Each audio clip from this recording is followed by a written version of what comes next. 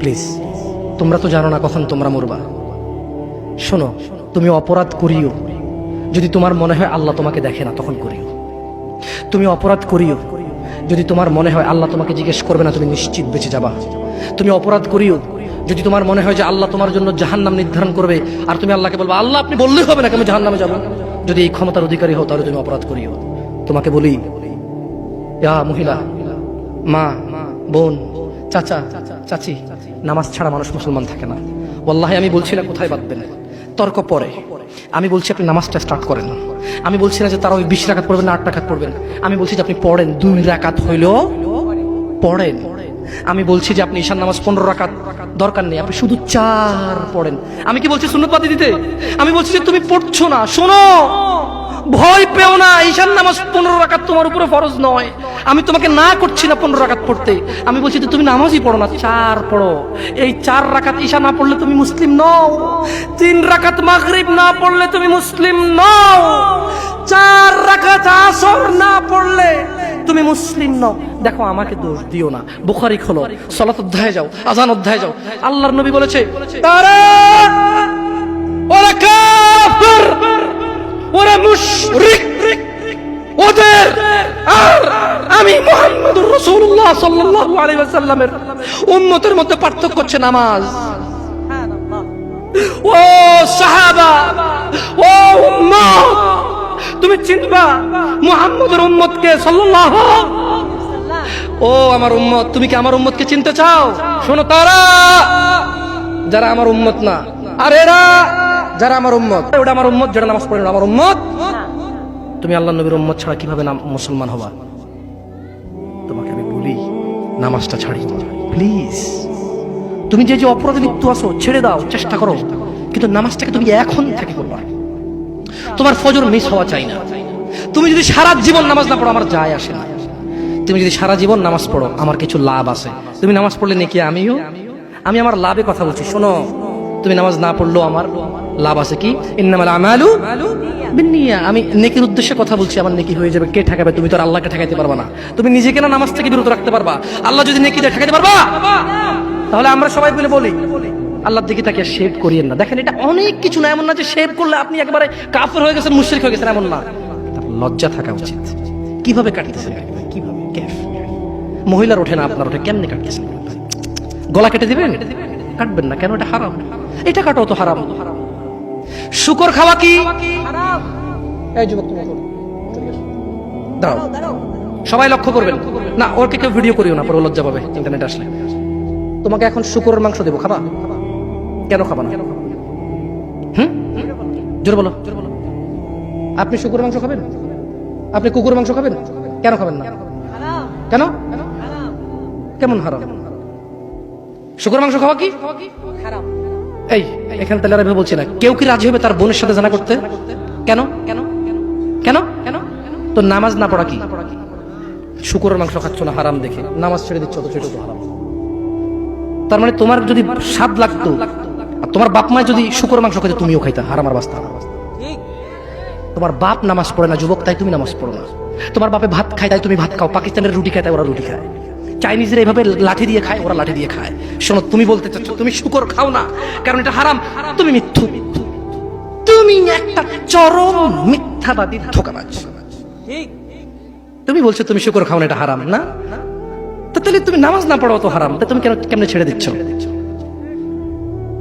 এই যুবক, তোমাকে যদি বলে ন্যাংটা হয়ে হাঁটো, হাঁটবা? কেন? কেন? কেন? ন্যাংটা হয়ে কেন হাঁটবা না? কি নোংরা কাজ? নামাজ পড়ো না, তোমার শরম লাগে না? শুকরের মদ কি রাস্তায় হেঁটে মদ খেতে পারবে? কার সাহস আছে?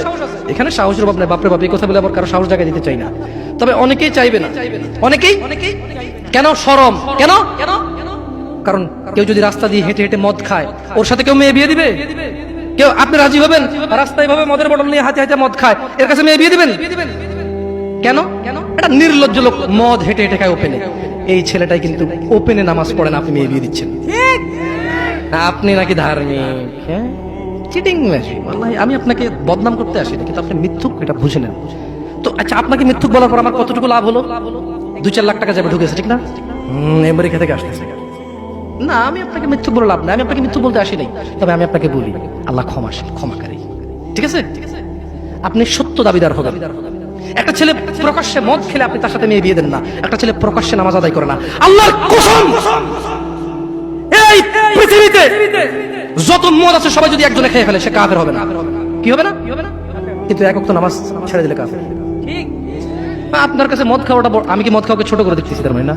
এখন কিছু লোক বলে জামশেদ ভাই বলছেন নামাজ না পড়া অনেক বড় অপরাধ, আর মদ খা তুই পুরো পৃথিবীর সব খেয়ালা কিছু না। আমি মনে হয় এটা বলছি, ঠিক না? না, এরকম বুঝে ভাই, বুঝে এরকম অনেকে আছে বুঝে, এটা বুঝিয়েন না, আমি উদাহরণ দিয়েছি। শরম করুন। আপনি বাপের সামনে সিগারেট খেতে লজ্জা করে, বাপের সামনে বেনামাজি থাকতে লজ্জা করে না। আপনারা আপনার স্ত্রীদের সাথে যে ঘুমান, ছেলে সন্তানের সামনে ঘুমান, লজ্জা করে, কিন্তু ছেলের সামনে বেনামাজি থাকেন লজ্জা করে না।